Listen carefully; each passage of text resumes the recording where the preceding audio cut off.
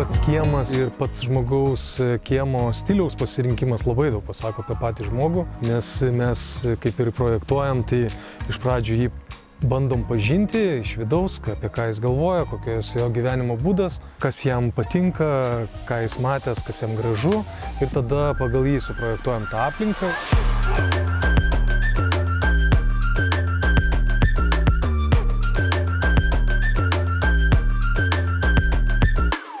Čia yra rytietiško stiliaus sodas kurtas, tai jisai yra visiškai be vejos ir jeigu matytumėte akmenų kompozicijas, kurios yra sudėtos, ir skaldelė, ir augalų pasirinkimas pagal rytietišką stilių.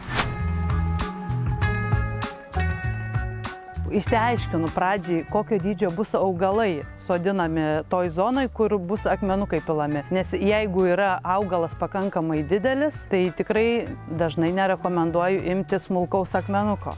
Bet turbūt kolegai žalio lokio man nepritars.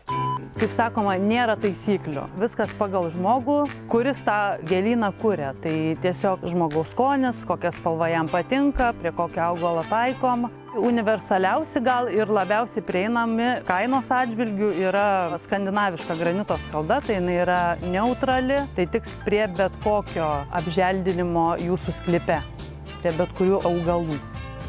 Mes kaip projektuojam, tai pirmiausiai suprojektuojam patį pirmą sprendinį, kas bus tam kieme, kokį naudosim stilių, kokius naudosim augalus, tada parenkam į tas vietas augalus ir tik tada paskutiniai vietoj pagal visą tą konceptą išrenkam skaldą, kurią naudosim tam kieme. Akmens dydis, forma, spalva, atspalvis, tikrai taip, klientas gali išsirinkti iš 100 rūšių akmenukų.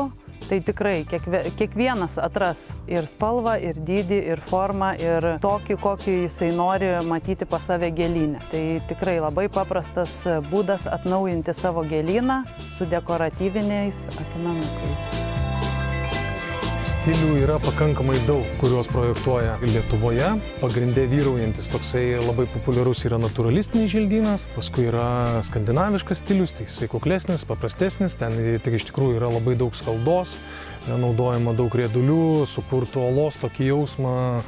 Tada yra itališkas stilius, kur projektuojama daugiau taisyklingos formos ir tada naudojama daug labai šviesios skaldos ir glūdinto akmens. Ir dar keli stiliai tai renkasi klientas ir paskui pagal jį taikoma yra skalda. Ir mes kai projektuojam, gauna žmogus bylą, kurioje yra surašyta viskas pagal jo stilių, išrinkta skalda ir tiesiog tokia dedama.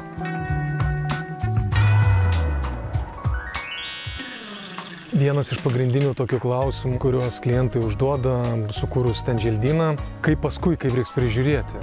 Skalda labai puikiai pasitarnauja šituo atveju. Želdynus mulčiuodami skalda, sukūrėm jame irgi tą natūralų vaizdą ir tuo pačiu jis atlieka dar kelias funkcijas. Tai laiko drėgmę ir neleidžia piktžolėm augti. Jeigu mes čia tiesiog užpiltume arba pasodintume augalus į paprastą juodžemį, tai būtų labai daug piktžolių ir reiktų ravėti ten kas savaitę. O čia panaudojus akmens skaldą kaip mulčią, jis nuima tiesiog labai daug darbo priežiūros prasme.